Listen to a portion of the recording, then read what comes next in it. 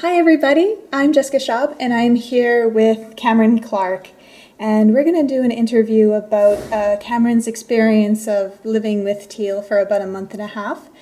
And I just want to explain a bit more of why we're doing this interview and how it came about, because it's not actually just about Teal, it's about cults and belief systems and how we end up getting stuck in them, what our psychology is like before we end up in this situation, and after, because we tend to go into one belief system after another or one cult after another, as Cameron also experienced as well, and she's going to share it. So this is a lot like damage prevention and understanding the road or the potholes a mile away so you don't have to go down that road.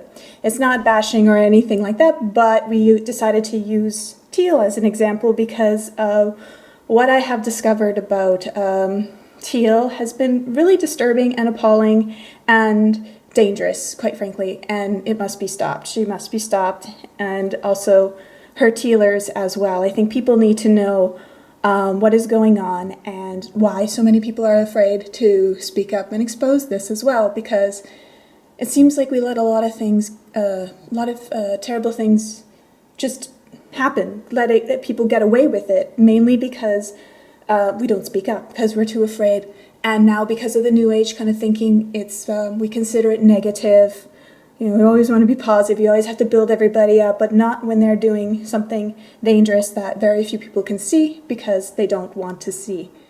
So I mean, we do actually with the EOF focus on other speakers as well, spiritual speakers, motivational speakers, and all those kind of people. And the reason, I mean, they're also promoting a belief system as well, but they're not purposely trying to harm people or manipulate people in a very cruel way, which you will hear about very shortly as well. So that's another reason why we decided to use her as an example. We're not doing this for hating reasons or anything like that, which I'm sure we'll hear. It's mainly for exposure of, and also because we're sincerely concerned. We don't want to see any more people harmed. And try to prevent other people being harmed psychologically and maybe even physically. I'm definitely not doing this for the fame. I did an interview with Project Hamlet and I got a lot of attention, and I definitely don't want that again as well. And if I wanted fame, I would not be doing this EOF or even an interview like this. It's easy to tell people what they want to hear and have them get an idea about you, but we have to be responsible and think what this is doing to people in the long run. We want people to understand the danger so they can recognize. So how this interview came about, or even how we started to come aware of Teal Scott, or Teal Swan, because we target so many different spiritual speakers, exposing how we con ourselves first and foremost into thinking we need somebody to follow, and get stuck in these kind of superficial rhetoric kind of thinking that ends up spinning us in a circle. When we started making photos about Teal, so anyway, when we were sharing about these other spiritual speakers, people kept coming up to us and saying, oh, but Teal is the real deal. And so we were like, okay, let's take a look at this. And we were quite surprised to see how out there she was in her claims, and things that were quite shocking in promoting very disturbing events that's happened in the past. I'm being vague in general right now because we're going to get into that more as we go. Because this is not just accusations, this is evidence and proof as well. We started doing pictures about her, and then I realized that other people were actually speaking up and trying to expose Teal as well. And then I remember I saw a video of Teal and Sasha Stone, and this really disturbed me because she was laughing at the most disturbing parts, like children being burned alive, and flirting at the same time with Sasha. And I actually know Sasha personally. I met him in Bali, and he is quite the womanizer and just sexual harassment and things like that to most girls. So it seemed like they were just flirting with each other back and forth, and like it was a joke or something. So it made me wonder, I don't think that this is actually legit, this story, because somebody who has gone through such experiences that Teal claims to have gone through, such as satanic rituals and abuse, would not be laughing and flirting like this nonchalantly. So that was quite a red flag for me. And then realizing that it was also the perfect ace card to get away with whatever by making people just feel guilty by questioning her because, oh my gosh, wow, you've gone through such a trauma. You must be so brave. So to me, it seemed like the perfect con to keep herself fully covered and to get away with anything, which is what a lot of spiritual speakers and cult leaders do. They have their ace card in that way. So anyway, when I made a post about that, I had Cameron contact me and say, I just want to confirm with you that you're on the right track with what you're sharing about Teal, because I had my own experience with her. And she was a little shy to admit it or to get more into detail about what she experienced, because I was like, well, you're welcome to elaborate more.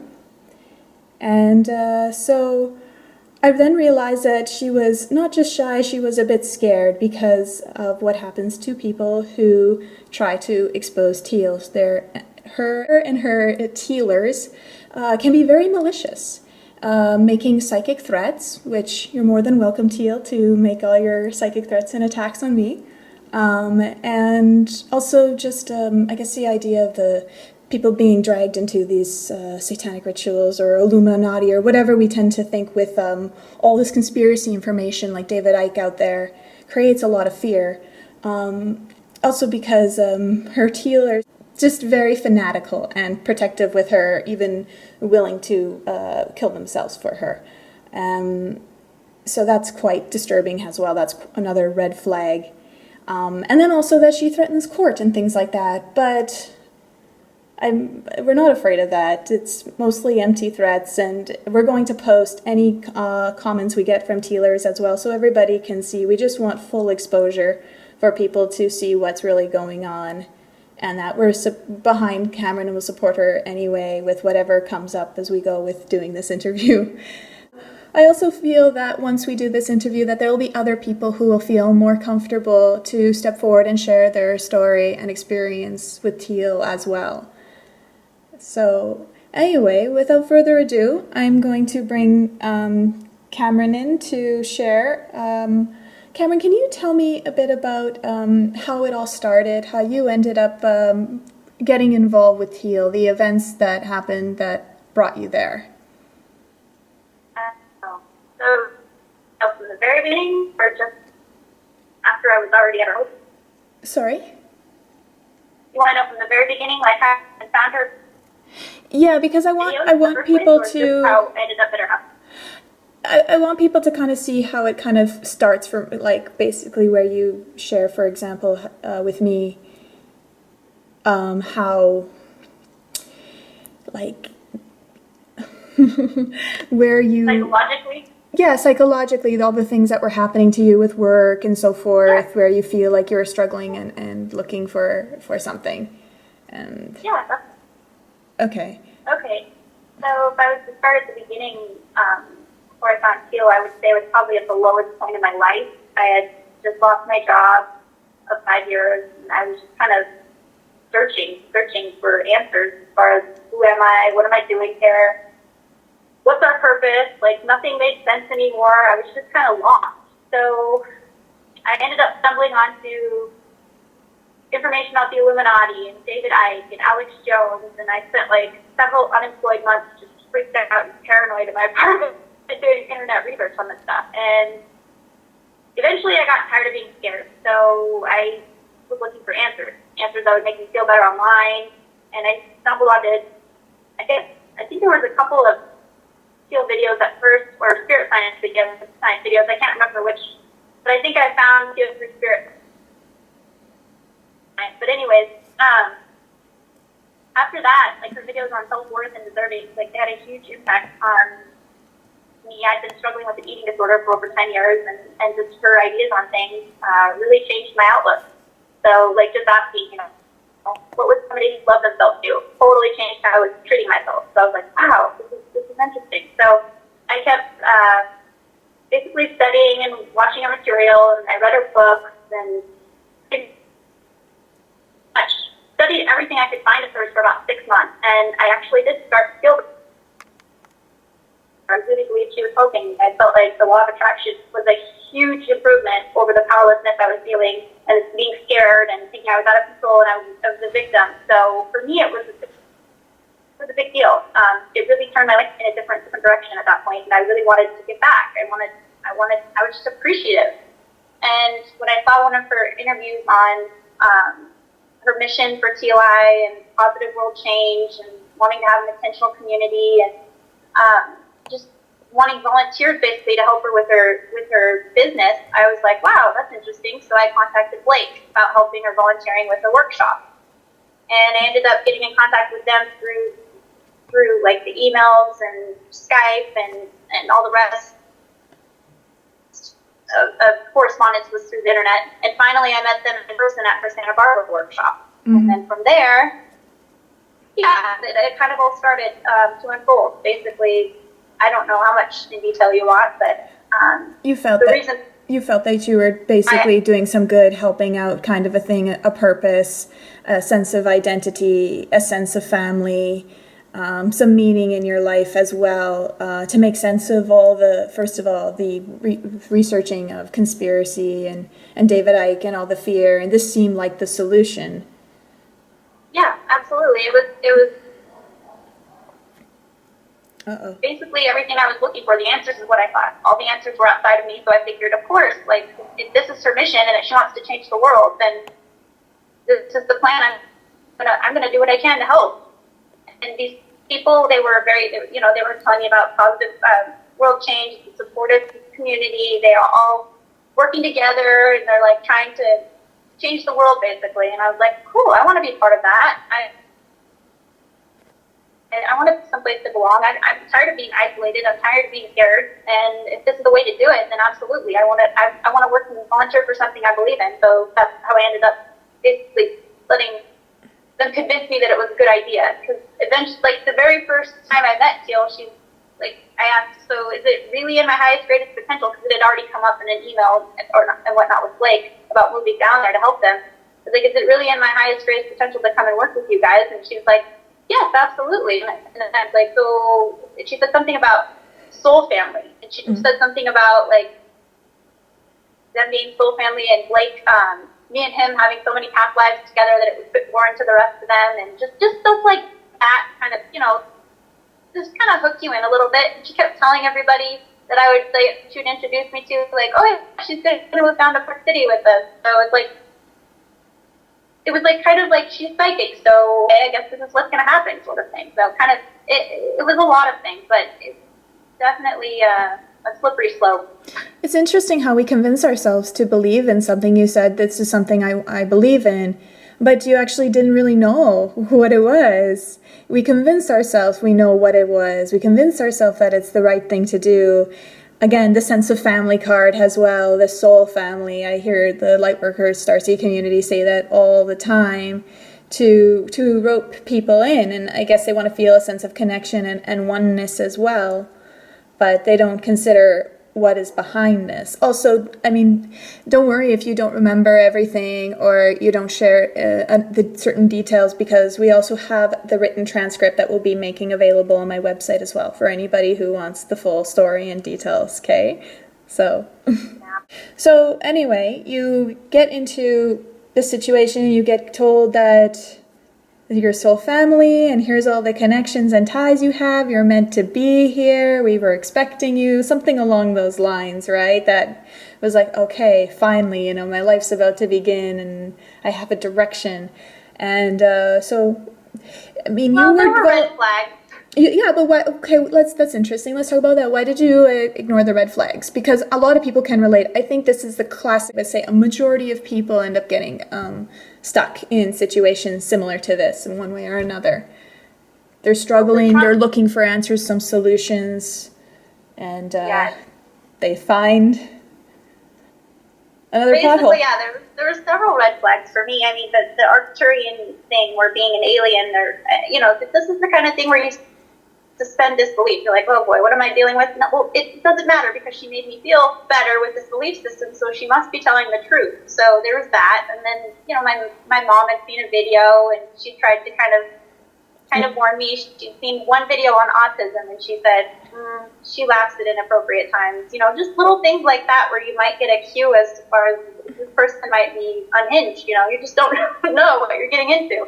So there was that, and then when I did meet them in person, I did get a kind of a weird feeling when I met her, but it wasn't. It was more like it was just something I just ignored it basically, and I shouldn't have done that. But I felt it. It felt something was a little off. I felt like she was like different. So she was so like wonderful and loving in the workshops, and when we hung out with her after, it's just like she was talking bad about people. Like I was like, whoa.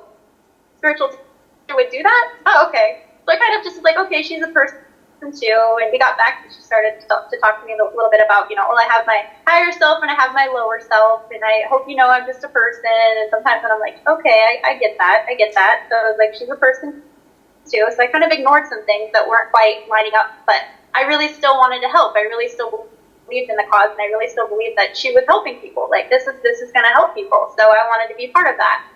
And I thought like helping with the workshops or helping them with Teal LLC or doing what I could that way is what I was going to be volunteering for. Making you feel good made you ignore all the red flags, so it was like a kind of a drug, if you will. Exactly. It was a trap. You ignore all the red flags and you decide to continue on, and you're just volunteering at the workshops at this time, and you're also afraid to be judgmental. You just look at she's just a human as well. She makes mistakes. So it's okay, but it's kind of interesting that she seems to be so wise about all this alien and galactic information, intergalactic, by the way. Not even Star Trek goes outside of the galaxy; they stay, and we're going beyond. So you're afraid to be judgmental, basically. This kind of a belief system of judging. And it's really shocking as well because this is something that New Age and religion always puts down, but this is a natural way in order to detect dangers. So, I mean, even nature, even all animals judge. So it's very another thing for us to remember that to pay attention to this, and it's okay to judge in situations like this. It's to gauge and to feel out a situation, maybe perceive the situation because it's so easy to be deceived with what we hear and what we see.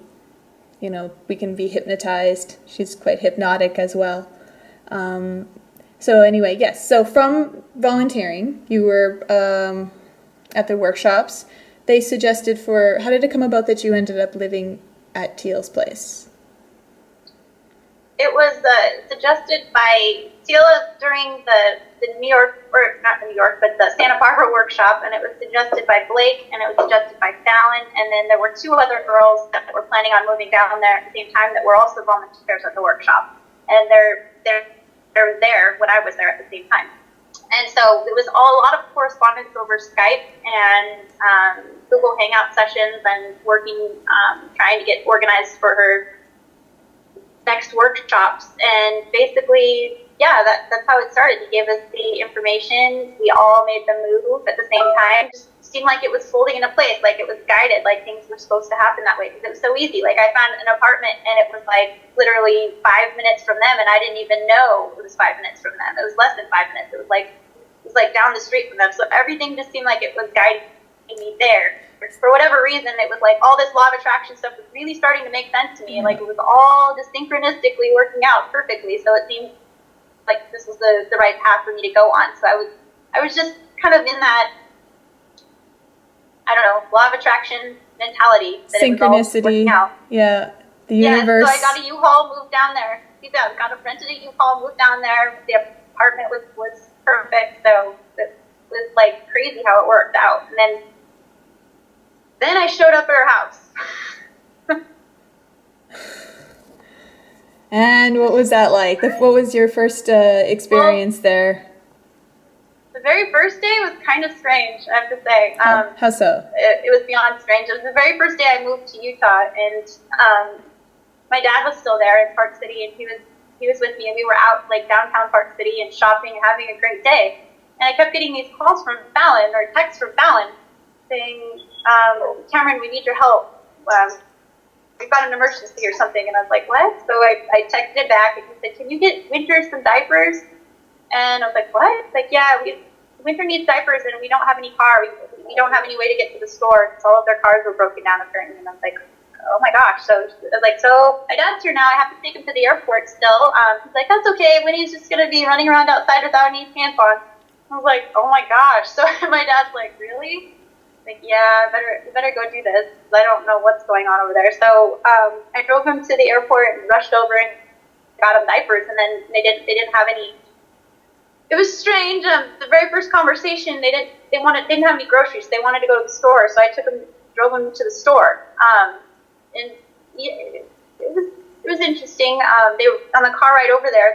Her and Fallon were talking about having a baby. I was like kind of confused, but I was like, okay. And they're like, what do you think? I was like, you really care what I think? I mean, I don't know. I just got here, but I mean, I'm sure. I mean, I didn't know what to say at first. This was the first day, so I said at the very first day, I was like, well, you have good genetics, I suppose. That's about all I can say. But I mean, it was just awkward, strange. So I mean, I did my best, and we got grocery shopping, everything was done, and then all of a sudden, Flavia and Graciela showed up, and then it just kind of started from there. It was like kind of a slow indoctrination process. When we got back, it started from, wow, they need help, so we're here, we can help. We cleaned her house because they needed help with that. Like, she can't do laundry. They didn't have a washer and dryer, so I had to take like the laundry stuff, and I did some of the laundry over at my apartment. Just because I felt so bad. I was like, wow, they really do need help. I didn't know what I was getting into, but I was like, I'm here now. I'm invested. I wasn't expecting this, but I'm here, so I'll do what I can. I mean, I was not expecting things to be like this. I didn't expect her to be like, just, she hadn't even gotten divorced from her husband, and she's like talking about having a baby with Fallon. I mean, there were some things, there's just these things that are going on, and you just kind of, okay, well, I'm here, and everybody else is okay with it. You've got Graciela and Flavia are fine, and I'm just like, maybe it's just me. I'm just being judgmental. What's wrong with you, Cameron? She's like, look at all these people she's helping. Look at this mission that they have. I mean, this is wonderful. And so I just kind of blocked out my better judgment and kind of kept going along with it. And it was a slow descent into madness. This is what really disturbs me about followers, is they refuse to see this. They just keep telling, no, they're doing a good thing. No, they're divine. No, they're an alien. We're helping. Yeah. When I was doing conferences, and I remember right after one conference I did in Spain, in the spiritual New Age stuff, and I did a really loud burp after the conference, and I did it on purpose as an experiment. And anyway, I smiled and I said, because I knew they all saw me. They clearly all saw me. And I just smiled and I pointed to my translator, my Spanish translator, and I'm like, it was him. And my translator's like, no, Jess, that was you. And then before I could respond, I heard all the people say, how dare you accuse Jessica Mystic of such a thing? It was you, you pig. And I was really, really shocked and disturbed because they clearly saw me do it. But they refused to admit that I did it. It would alter their view of me. So rather than look at reality of me on this kind of pedestal of crystal child or angel or starseed or whatever, that's how they saw me, and they didn't want to see me as a burping creature.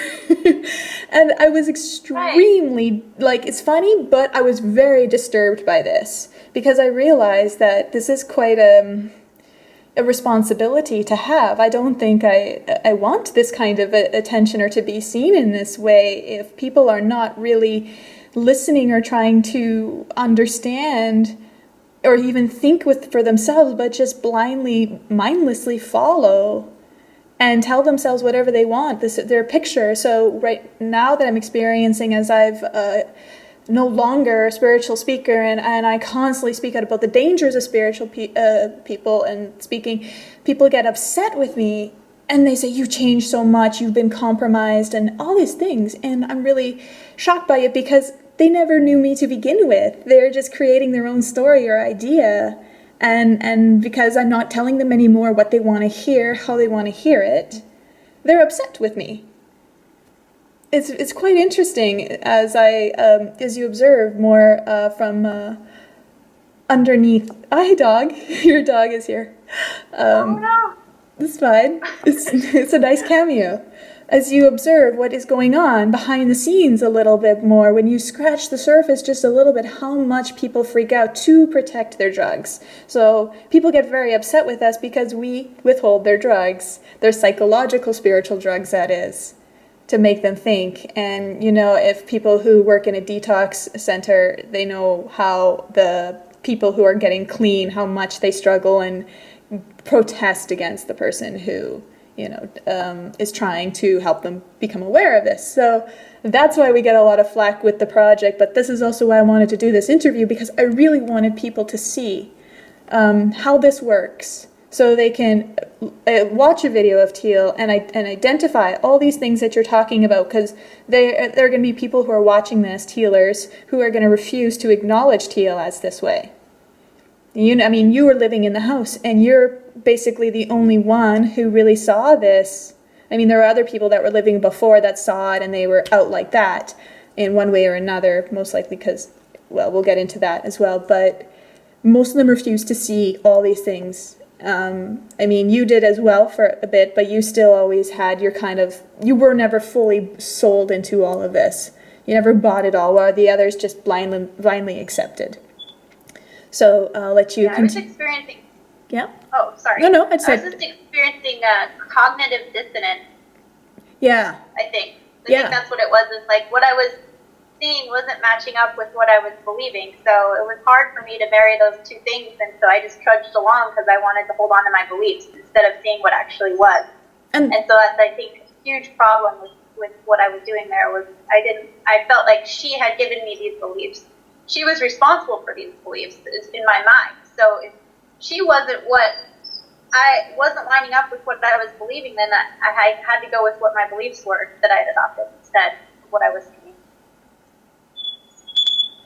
Okay. And so as you were staying there and you started to, now Flavia and Graciela showed up as well. And how did the dynamics change? What else started to be revealed to you? Well, this is really strange stuff. A couple weeks into things, I think probably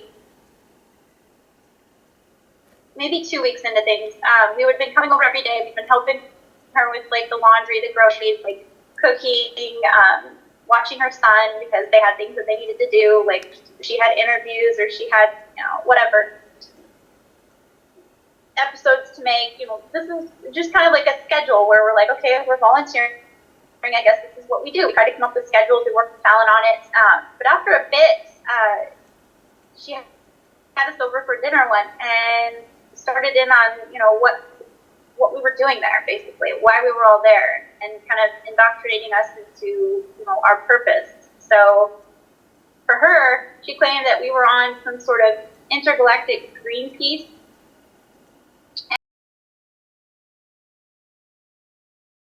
And we'd all come together and found her because we were here to help her with her mission. Oh, how convenient.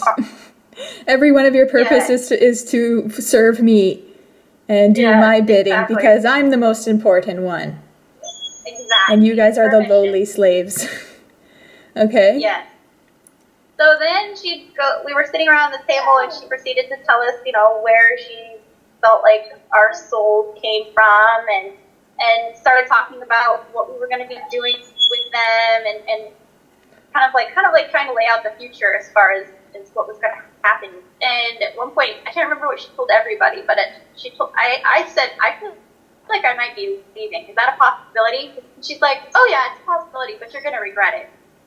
So you basically, let me reiterate this. So you said you felt like you wanted to leave, and she like, well, let me do a psychic reading on that. Yes, you will regret it.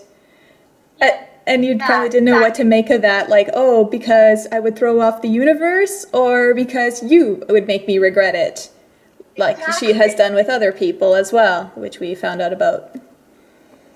Yes. I'm so sorry. Can I let my puppy out? Yes. It's really funny when you see the video, what she's doing in the background. Okay. So remember the question that I asked you regarding what made you end up moving into Teal's place? How did that come about? Yes, actually, that came about because their tenants that had lived in Teal's basement had pretty much moved out, vacated suddenly, and it seemed like Fallon was responsible for Teal's mortgage at that time. He'd kind of taken over the bills. And so it seemed like he was kind of in a stressful situation as far as needing to pay the rent. And also he made it seem like, oh, geez, it would be so much easier if everybody could move in together and be like a family. And Graciela and Flavia didn't have jobs really at the time. But they were driving all the way from Salt Lake to volunteer. And they were staying at their friend's house. And so it was convenient for them to kind of jump ship and move in. But for me, it was a little harder because I had, sorry, there's some bugs in here.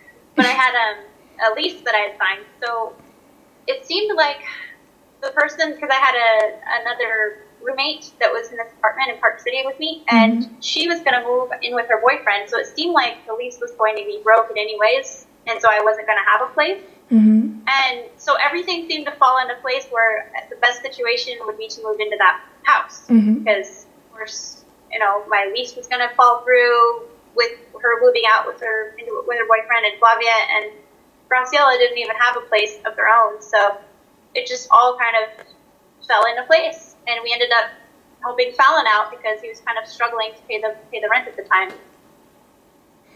So it seemed like the perfect solution, but the thing about the solution is if we don't understand the problem, doesn't matter what solution we think we found, it will just become a part of the problem and become much worse.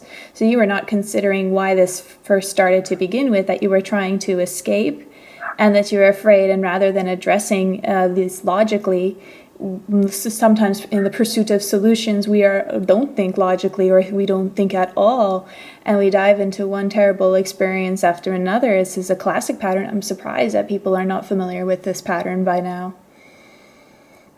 I know. Just 1 second. Can I record something? Of course. Okay. Okay, sorry. No, it's fine. So is the dog barking? Is that kind of loud? Can you hear that? Because they can be quiet. You can, but it's fine. Dogs, that's what they do. They have something to say. I was thinking about leaving, and she said that you'd regret it. Yeah, I would regret it. And just think like that.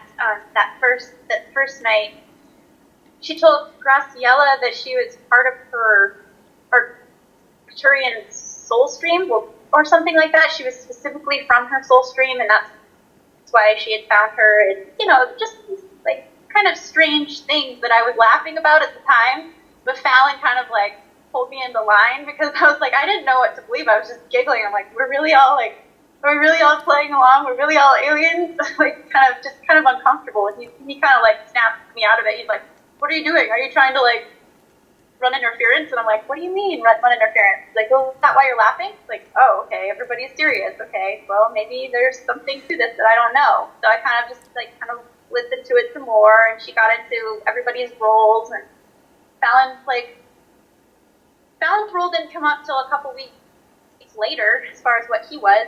And she did it in a very strange way as well. But from there, okay, I was like, well, we're supposed to be here, I guess. It's part of our mission. And I was kind of half in and half out. I believe that there are UFOs. I believe that there are aliens. But to me, it just seemed so like sci-fi. I didn't know how it all played into things.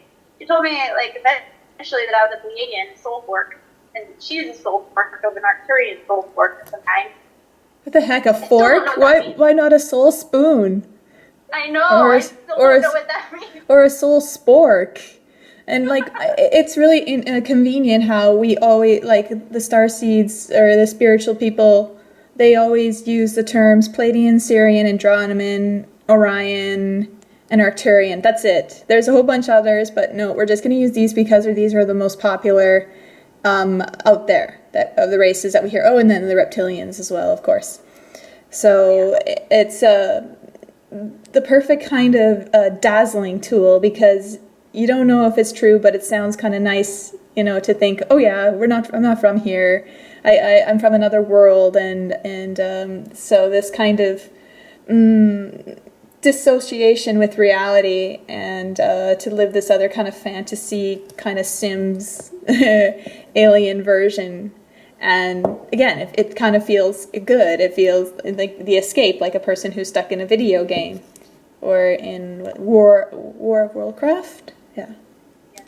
I see how damaging it could be, though, because those people that were really eating it up, and especially like all the other members were really, really getting into it. And it became just like you get kind of unmoored from reality when you have a whole bunch of people that are like pretending and thinking on, on these out there ideas. And if everybody is thinking the same thing, it's easy to get lost and caught up in it and not focus on reality. Like you're not hard enough to focus here, but now we're taking into the fifth and sixth dimensional things and trying to figure that out. So yeah, we can't even figure out our own mind. But no, let's focus on going into the fifth and sixth dimension and bringing our confusion there too. And this is why the EOF constantly talks about, and even my blogs, I share about my experiences with Sasha and Bali and meeting Diego, and how he shared with me about beliefs and how dangerous they are, that they can actually possess and take over our mind, and we just need to play pretend, or practice just a little bit on them, or give them a little bit of a chance, and then after a while we can't even tell what we were thinking before. It's just like that. It abducts our mind, and it's quite scary how the belief systems work, and how they trap you, and how when you're with people who are confused, how contagious confusion is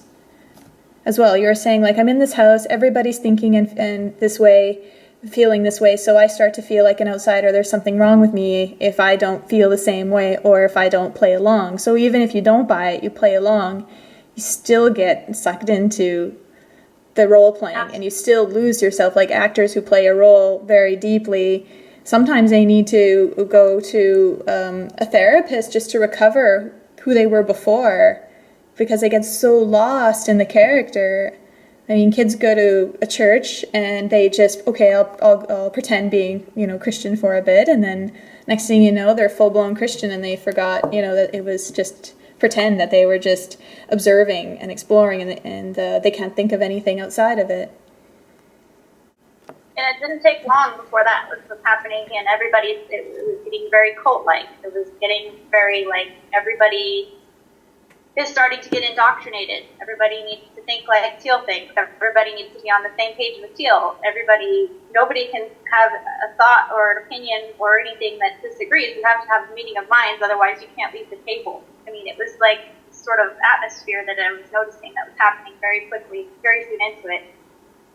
That's especially scary and disturbing. Everybody has to think like her and agree with her, or you can't leave the table. It sounds like, as being a kid, you can't leave the dinner table until you finish your dinner. And it just how like these Shadow House episodes, they were like hours long, and it's like you had to go through this whole process, and everybody had to be on the same page with her, or else the Shadow House episodes kept going and going and going. Even if she shut the camera off one time, they kept going and going and going. It's like that's what this atmosphere was like, and it was very scary when I looked at like the cult situations as far as like how this happens. This is exactly how it happens. When you're getting indoctrinated, you have to be on the same page with everybody. If there's any dissent, that it's not allowed. They use group pressure, and they use like ostracization, or they report back to their leader that, oh, so and so said this, or so and so said that, and then you get a backlash. And they're relentless. They exhaust you to the point you just finally give in and agree because you just want to go to bed. And this is how they work, like so controlling and so authoritative, like a tyrant. And I felt, and you also were in the Shadow House videos, and you red flagged it until they removed it because you wanted them to remove it and they wouldn't. So you were very frustrated that they were using you in that way. And I saw the Shadow House videos, just one, and I was very, very disturbed by it. And it's actually not even her idea. It actually comes from Rudolf Steiner. He's the one that originally developed this idea, and it's also a mixture of NLP, taking one belief system and replacing it with another, her belief system, so as to easily control and mold the mind, from what I observed. And then when I talked with you, you confirmed that as well, because that was exactly what was happening. Yes, it was exactly that, the inner child work. And then she also used this Byron Katie process, which is the judge your neighbor sheet.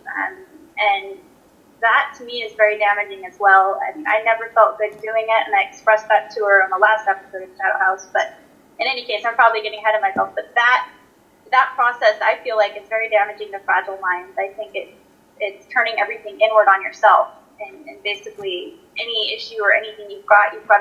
It's like almost kind of masochistic in a way. It feels like emotionally masochistic. It's one thing to take responsibility for your life. It's another thing to take responsibility for everything everybody does in every situation and flip it onto you. And it just felt like almost, I don't know, I might be getting a little bit over, like, generalizing, but it kind of felt like to me like cutting, like how people cut themselves. To me, it feels like it's emotional cutting to do something like that. I don't know. It just feels weird, like a weird process. For sure. She has a huge following, and it's one thing to be crazy on your own, but to include so many other people and to exploit fragile, sensitive minds, that's irresponsible. I'm sorry. People need to know about this. People need to put a stop to it. They need to call her out on these things. And I mean, Byron Katie, just to say something, she was in a psych ward when she came up with her work, and then she's also a businesswoman as well. And I think we've done some stuff about her as well that we can put up for people who want to know more.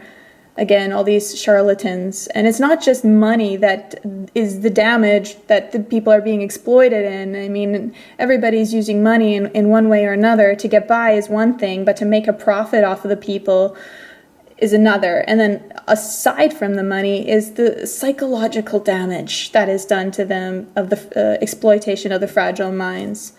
Like you saw done, like how she broke people and tore them apart and then brought them back up in the way molded in her way, so that they were indebted to her. You saved my life. You've done everything for me, so I'm willing to do whatever I can for you. I'm indebted, kind of a thing. It's very Hollywood as well. And we don't know how influenced we are by media in this way that makes us think for us, which acts like another belief system. So continue. The more time I spent there, the more I started to kind of buy into this whole thing. So it kind of felt like I wouldn't fit somewhere else. So it kind of was an extra incentive to stay, even when things were not good. I mean, I could see this was very damaging to me. I felt like I would ask questions. Like I used to feel like I had a very independent way of thinking, and I would ask questions about things, and I felt like she made absolutely no sense, but confused me to the point where all of a sudden I lost any sense of, I lost any sense of my own being, pretty much. Like if I would ask about the business, structure that they had for TLI, I thought it was, she kept trying to say it was different, but to me it still seemed like capitalism. I mean, it still seemed like they were exploiting people, whether it's for spiritual or whether it's for the banks or whether it's for real estate. It's all the same model. So to me, I was like, how is this going to change the world? It's still the same thing, and that wasn't okay. Pretty much, it went from her trying to convince me that it was different when I couldn't get it, to it turned into, okay, well, if I'm not going to get it, we're going to start another fight and get you distracted on something else. And so just kind of break you down that way. So it kind of just don't ask questions because it doesn't end well for you, kind of thing. So there was that, and then there was wow. Basically, she pulled me aside one night and did her shadow work process. The first time she did it, I was upstairs and like closed in a room with the door closed, and pretty much sat there telling me, well, I know you think I'm a fraud. This was like when I first got there, she said, I know you think I'm a fraud. And so she was doing the shadow work process where you're supposed to turn everything back around on yourself. And so I was like, so you think you're a fraud? And just kind of like going that way, kind of trying to figure out where are we going with this. And she's like, I know you disapprove of everything I do. And then she kind of broke me down to where she'd get to this point. She's like, so what makes you, what's keeping you here? And I was like, wow, that's a good question. And I really had to think about it. And then I looked around and everybody was in the room because, of course, when she does these processes, she has everybody like watching. So you're like doubly like traumatized. You've got her coming at you, and you've got like afraid that everybody is kind of going to come at you. So you're just kind of like sitting there, and I'm looking at all these people though, and I'm like, well, I guess I'm still here because I feel like I found people that I belong with. That's probably what's keeping me here, and that was a huge realization for me. But I mean, that to me was the turning point actually, which started doing the shadow work thing. I was like, oh, this is what's going on. Now I feel like I'm stuck. Now I feel like I'm invested. I spent a lot of money to move down here. I have a lease that I've signed. There's a lot of things here. Now my parents aren't going to understand me. Nobody's going to understand me. So if I go back, I'm going to be completely destitute, basically, is what's going on in my mind. Even though I know, like, all of that's just, yeah. But this is also how, sorry, what were you saying? Oh, nothing. But this is also how abusive people talk themselves into abusive situations as well. I invested a lot of money, I invested a lot of time with this person, and though it's scary at times, I have a hope that it's going to get better, that they're going to understand, and we just start creating this little story to ourselves again, a story within a story, a picture within a picture, that excuses and allows such behavior to continue on, to be a punching bag. And she was really aware that, like, it wasn't that, she just was aware that you were not buying any of it, and so she was trying to focus more on you to break you, if she could. And also regarding Teal, I just wanted to add that there's a video that a very brave girl did named Amber called Teal Scott Freaks Me Out, which she shared some very interesting information regarding the Teal Eye, her company, and some very fishy, peculiar things that should be further investigated, and I hope somebody does, because I'm sure we'll find all kinds of sordid things. Okay, Continue.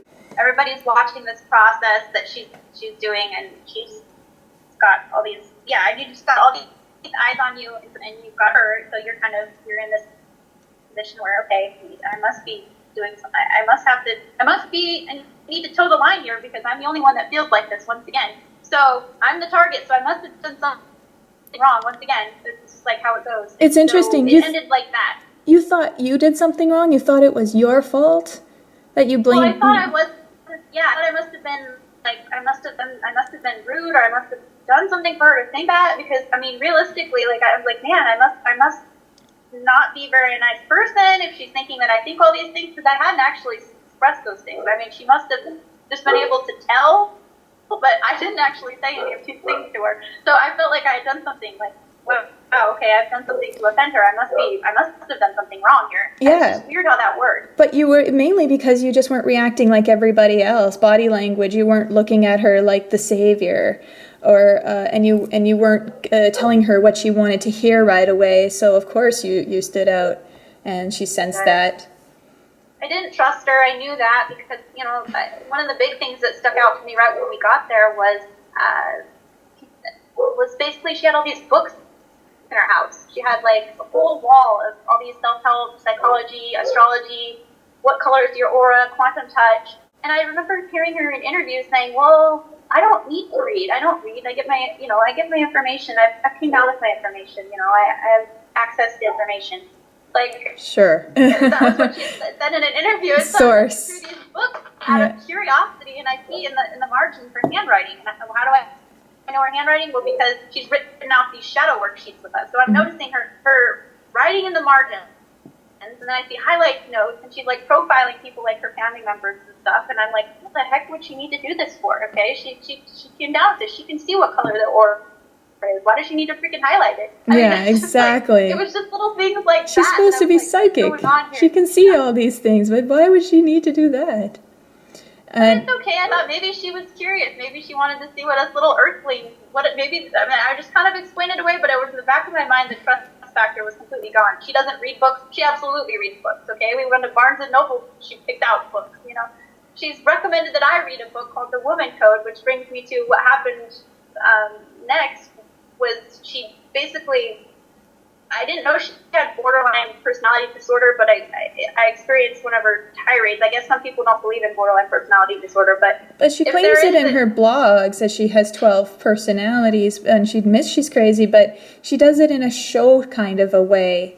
So it's very like nonchalant, and it's just a character, but people don't realize to what extent. And I thought I had an idea, but when I talked with you, I was like, oh my goodness, this is so demented and twisted. And I'm sorry I interrupted you again.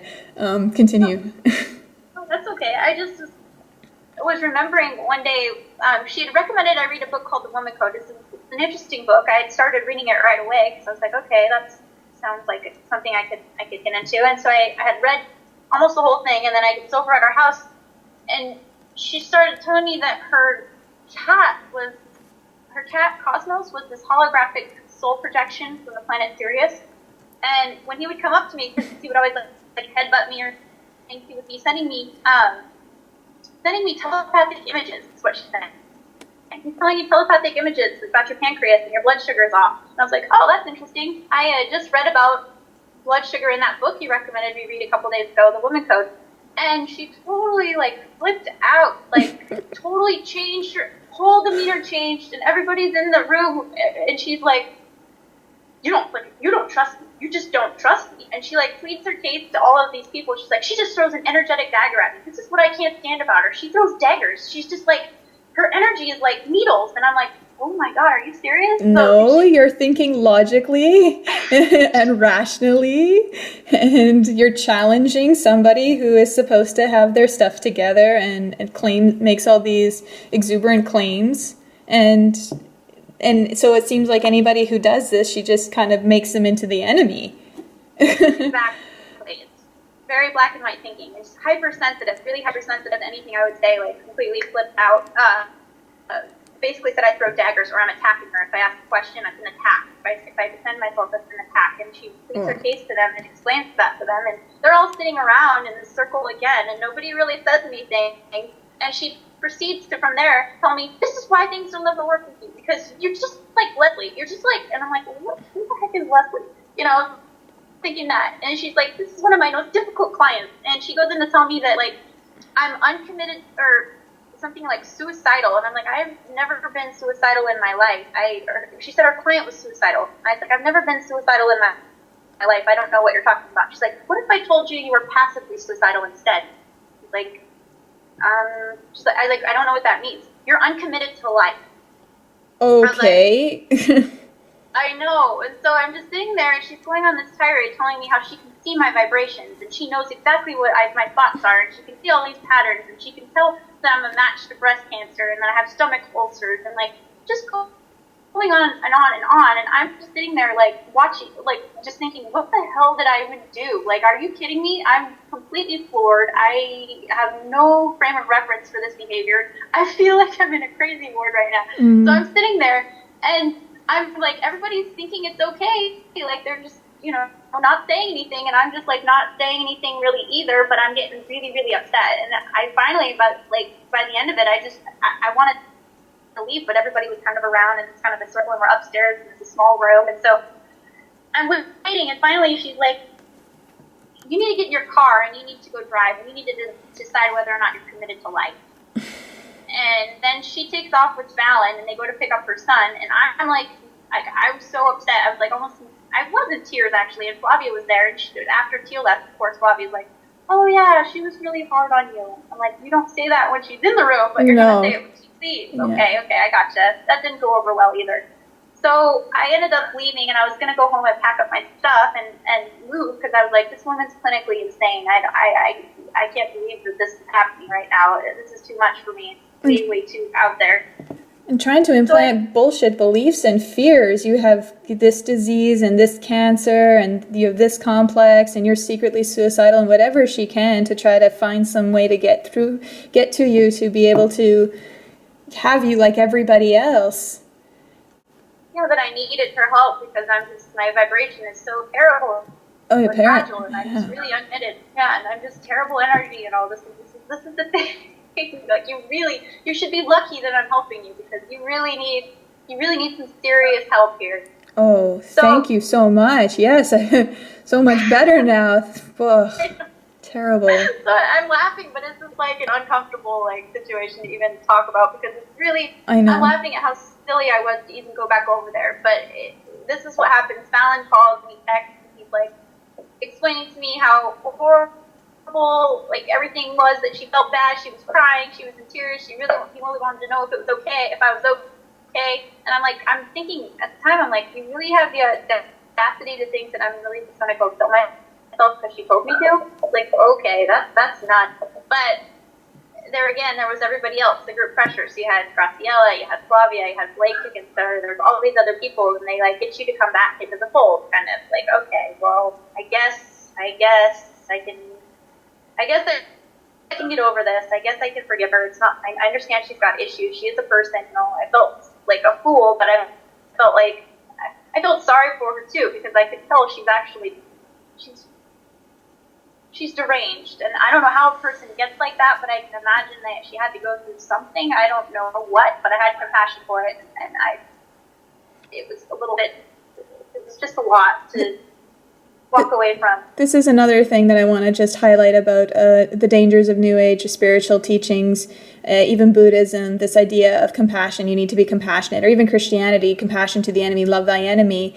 But this is actually promoting Stockholm Syndrome, and again, allowing such a situation to happen and taking guilt and taking risk, thinking this, it's my fault kind of a thing, rather than logically being able to see, thinking about this whole situation and what's going on. It created all these blinders for you and for all the others as well, and for everybody stuck in all these different beliefs, compassionate towards my abusive partner, and then somehow magically if I'm positive and loving and send them light, they'll somehow change, and everything will be perfect. Pollyanna kind of idea.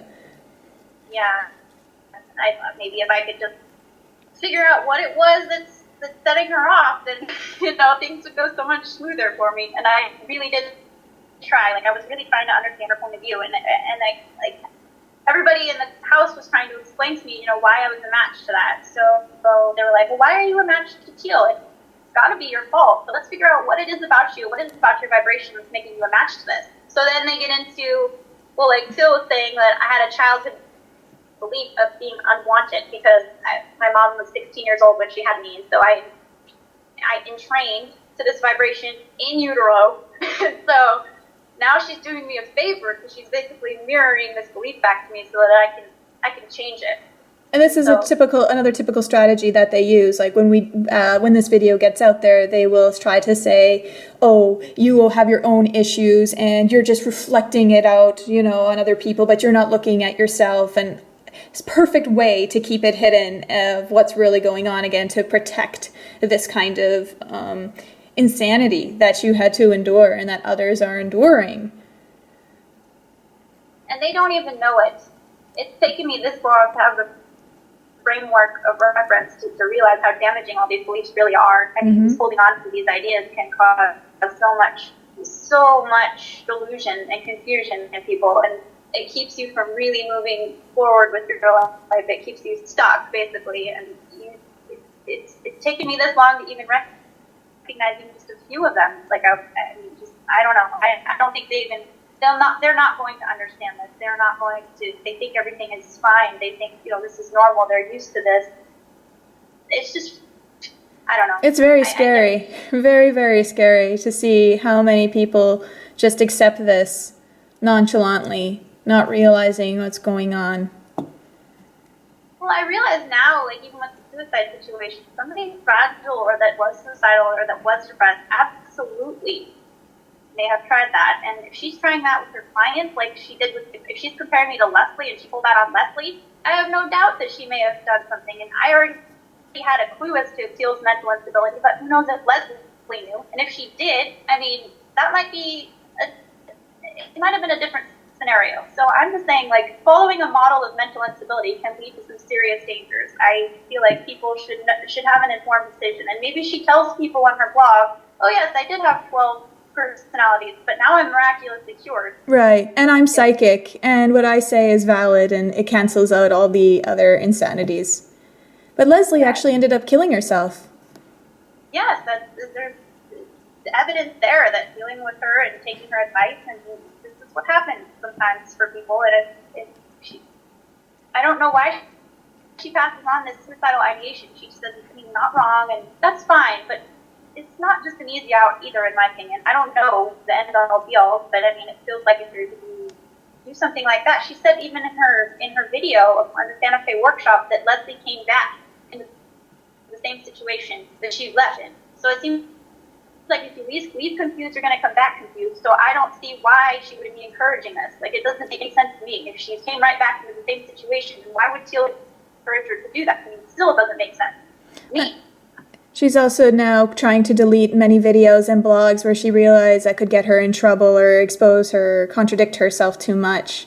But there are some things where people are very aware of. She is quite pro-suicide. There's posts she's made about it, and actually Leslie even liked it, and there are videos about it as well.